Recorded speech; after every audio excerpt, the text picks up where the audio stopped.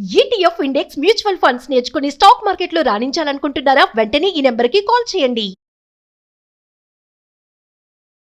So యాక్చువల్‌గా మెయిన్‌గా మనకు తెలియాల్సింది ఏంటంటే రీసెంట్ లైక్ కొన్ని డేస్ బ్యాకే నాట్ న్యూ వన్. ఎంప్లాయీస్ ఎక్కువ అవర్స్ వర్క్ చేయాలి అనే ఒక రూల్ అనేది అప్పుడు పాస్ అవ్వడం జరిగింది సాఫ్ట్‌వేర్ ఎంప్లాయీస్‌కి అప్పుడు. లైక్ 9 అవర్స్ కాస్త 12 అవర్స్ చేయండి అలా. అయితే యాక్చువల్‌గా అంటే ఇది ఎక్కడైనా జరుగుతుంది. సాటర్‌డే, నాట్ సండేస్ ఓన్లీ కూడా వర్క్ వర్క్ చేయండి. చేయండి. ఎప్పుడు చూసినా యాహ్! ఇంట్లో ఉండడం అండ్ నాట్ కంటే. ఓన్లీ ఇన్ లైక్ ఆర్గనైజేషన్స్‌లోనే కాదు. వేరే దగ్గర కూడా ఎక్కడ చూసినా గానీ ఓవర్ టైమ్ చేయమంటూ ఉంటారు. You have to work for like అంటే వాళ్ళ ఆఫీస్ టైమ్స్‌ని మించి 3 అవర్స్, 4 అవర్స్ ఎక్స్‌ట్రా వర్క్ చేపిస్తూ ఉంటారు.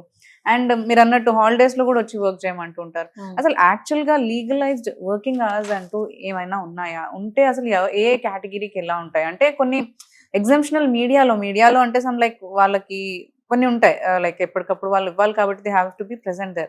లైక్ అలాంటి ఏమైనా ఎగ్జామ్షనల్ ఉంటాయా? అక్కడైనా గానీ లేదు ఇంతవరకు లీగలైజ్డ్ వర్కింగ్ అవర్స్ ఉన్నాయి అని ఏమన్నా ఉందా?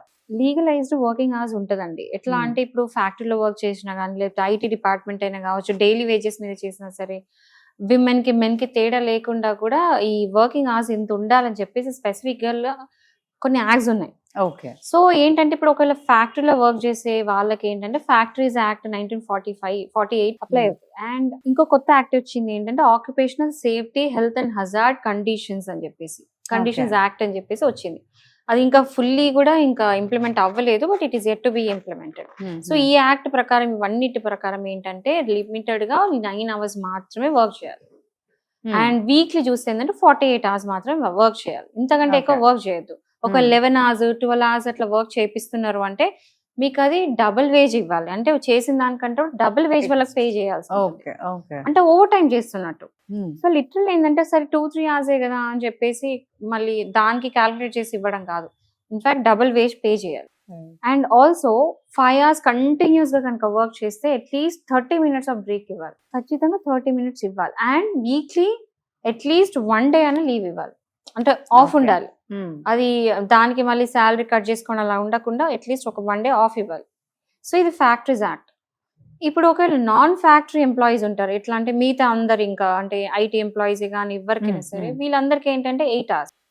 సో 8 అవర్స్ కంటే కనుక ఎక్కువ చేపిస్తే వీళ్ళది ఓవర్ టైం అయినట్టు. అండ్ దాని తగ్గట్టు పే చేయాలి. దాని తగ్గట్టు పే చేయాల్సింది. ఓవర్ టైం చేస్తున్నారు కాబట్టి ఎక్స్ట్రా. బట్ జనరల్ ఏంటంటే ఐటీ వాళ్ళ దాంట్లో అది వాళ్ళ రూల్స్, వాళ్ళ కండిషన్స్ అంతా కూడా వేరే ఉంటాయి. ఇన్ఫాక్ట్ వాళ్ళకి సాటర్డే, సండే కూడా హాలిడేస్ ఉంటాయి. బట్ దెన్ ఒకవేళ వాళ్ళ రూల్స్ అగేన్స్ట్ గా అండ్ క్యాల్కులేటెడ్ గా ఈ 8 అవర్స్ కంటే ఎక్కువ కనుక వర్క్ చేపిస్తే వాళ్ళకి ఓవర్ టైం అయినప్పుడు వాళ్ళకి పేమెంట్ దాని తగ్గట్టుగా చెయ్యాలి. లేదు అన్నప్పుడు వీళ్ళందరికీ కూడా ఆల్మోస్ట్ అంటే ఎవరైతే ఎంప్లాయర్ ఉంటారో, అంటే ఎవరైతే బాస్ ఉంటారో, కంపెనీ ఉంటారో, ఓనర్ ఉంటారో, ఎక్కడైనా సరే ఎవరైతే ఓనర్, కంపెనీ ఓనర్ ఎవరైనా సరే బాస్ లెవెల్లో ఉన్న వాళ్ళకి ఎవరికైనా అట్లీస్ట్ 2 years వరకు శిక్ష పడే అవకాశం ఉంది. And 1 lakh fine. అది కాకుండా ఇంత ఒకవేళ రిపీటెడ్ గా చేస్తూ ఉంటే పర్ డే 1000 ఇచ్చుకుంటే వెళ్ళాలి. ఎవరైతే చేపిస్తున్నారో వర్క్, ఎవరైతే కంప్లైంట్ ఇచ్చారో వాళ్ళకి అట్లీస్ట్ పర్ డే 1000 చొప్పున కడుతూ వెళ్ళాలి ఫైన్ లాగా. సో రిపీటెడ్ గా చేయొద్దు. అండ్ అది కాకుండా ఒకవేళ మరి టూ మచ్ గా అంటే చాలా హజార్డస్ కండిషన్స్ లో, అంటే హజార్డస్ కండిషన్స్ అంటే టూ మచ్ ఆఫ్ అంటే డేంజరస్ కండిషన్స్ లో కనుక ఒకవేళ ఎంప్లాయీస్ పని చేపిస్తే ఈవెన్ 7 years వరకు జైలు శిక్ష పడే అవకాశం ఉంటుంది. సో ఎవరికైనా సరే ఇట్లాంటి ఏదైనా ఫేస్ చేస్తే ఏం చేయొచ్చు అంటే ఫ్యాక్టరీ ఇన్స్పెక్టర్స్ ఉంటారు. సో వాళ్ళకి వెళ్ళి కంప్లైంట్ చేయొచ్చు ఇలా జరుగుతుందని చెప్పి. సో వాళ్ళు వస్తారు, ఫ్యాక్టరీకి వస్తారు, వాళ్ళు వచ్చి చెక్ చేస్తారు. చెక్ చేసి ఇచ్చిన కంప్లైంట్ అంతా కూడా కరెక్టే ఉంది అని ప్రూవ్ అయినప్పుడు అప్పుడు వెంటనే వాళ్ళని అరెస్ట్ చేయడము, వాళ్ళకి కోర్టుల వాళ్ళని ప్రజెంట్ చేయడము, అండ్ దెన్ వాళ్ళకి ఒకవేళ ఎవిడెన్స్ అంతా కూడా వాళ్ళకి అనుకూలంగా అండ్ బాస్ కి అగేన్స్ట్ గా అనుకుంటే 2 years పనిష్మెంట్ ఫైన్ అంతా కూడా వేయడం జరుగుతుంది అనమాట. సో ఇది ఎక్సెప్షనల్ అంటే ఇది అన్ని ఎంప్లాయ్మెంట్స్ కి ఇంతే సేమ్ ఉంటుందా? అంటే లైక్ కొన్ని చూస్తాం లైక్ పోలీస్ కానీ లేదంటే మెడికల్ కానీ మీడియా కానీ సో వీళ్ళందరికీ కూడా సేమ్ అలాగే లీగల్స్ ఇవే సేమ్ రూల్స్ అండ్ ఇవన్నీ ఉంటాయి అంటారా? ఎస్, వీళ్ళందరికీ ఏంటంటే షాప్స్ అండ్ ఎస్టాబ్లిష్మెంట్స్ యాక్ట్ అని ఒకటి ఉంటుంది. ఓకే. సో యాక్ట్ ప్రకారం ఏంటంటే ఇప్పుడు ఫ్యాక్టరీ వర్కర్స్ కి ఫ్యాక్టరీస్ యాక్ట్, మిగతా వాళ్ళందరికీ షాప్స్ అండ్ ఎస్టాబ్లిష్మెంట్స్ యాక్ట్ అనేది అప్లై అవుతుంది.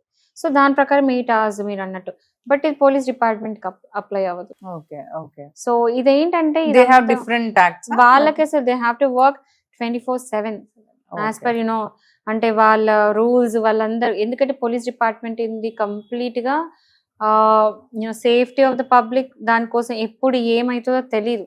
ఓకే, పోలీస్ వాళ్ళకి అంటే okay fine, they are like public service లో ఉంటారు కాబట్టి వాళ్ళని ఎక్సెప్షన్ చేసినా గానీ మెడికల్ డిపార్ట్మెంట్ లైక్ డాక్టర్స్ కానీ లేదంటే మీడియాకి కానీ వాళ్ళకి ఎలా ఉంటుంది అసలు? వీళ్ళందరూ కూడా shops and establishment act apply అవుతుంది, కానీ పోలీస్ డిపార్ట్మెంట్ కాదు. అది పోలీస్ అవును. Department have to work 365 days. అంటే వాళ్ళ రూల్స్ అంతా కూడా వాళ్ళ పైన ఆఫీసర్స్ ఏం డిసైడ్ చేస్తారో దాన్ని బట్టే వాళ్ళ టైం టేబుల్స్ కానీ వాళ్ళ షెడ్యూల్స్ కానీ అన్ని డిపెండ్, వాళ్ళ డ్యూటీ టైమింగ్స్ అంతా కూడా వాళ్ళ పై అధికారులు డిసైడ్ చేస్తారు. వాళ్ళు అంటే వాళ్ళ షఫలింగ్ సిస్టమ్ అంతా కూడా వేరే ఉంటుంది, షెడ్యూలింగ్ సిస్టమ్ అంతా కూడా వేరే ఉంటుంది. సో వాళ్ళు లేకపోతే మనం లేమండి. 1 గంట అంటే ఏదో మూవీలో విన్నాను డైలాగ్ ఏంటంటే, ఒక 1 hour ఒక అట్లీస్ట్ 1 day కనుక పోలీస్ డిపార్ట్మెంట్ కనుక లీవ్ మీద ఉంటే మొత్తం స్టేట్ సేఫ్టీ పోతుంది. అంటే పబ్లిక్ మొత్తం అవకతవకలు ఏమైతే కూడా తెలీదు. రైట్. సో ఓ మూవీలో డైలాగ్ కూడా ఉంది. సో పోలీస్ డిపార్ట్మెంట్ నో, they have to be on duty all the time అండి. మిగతా ప్రైవేట్ ఎంప్లాయీస్ అందరు కూడా ఈ shops and establishment act apply అవుతుంది.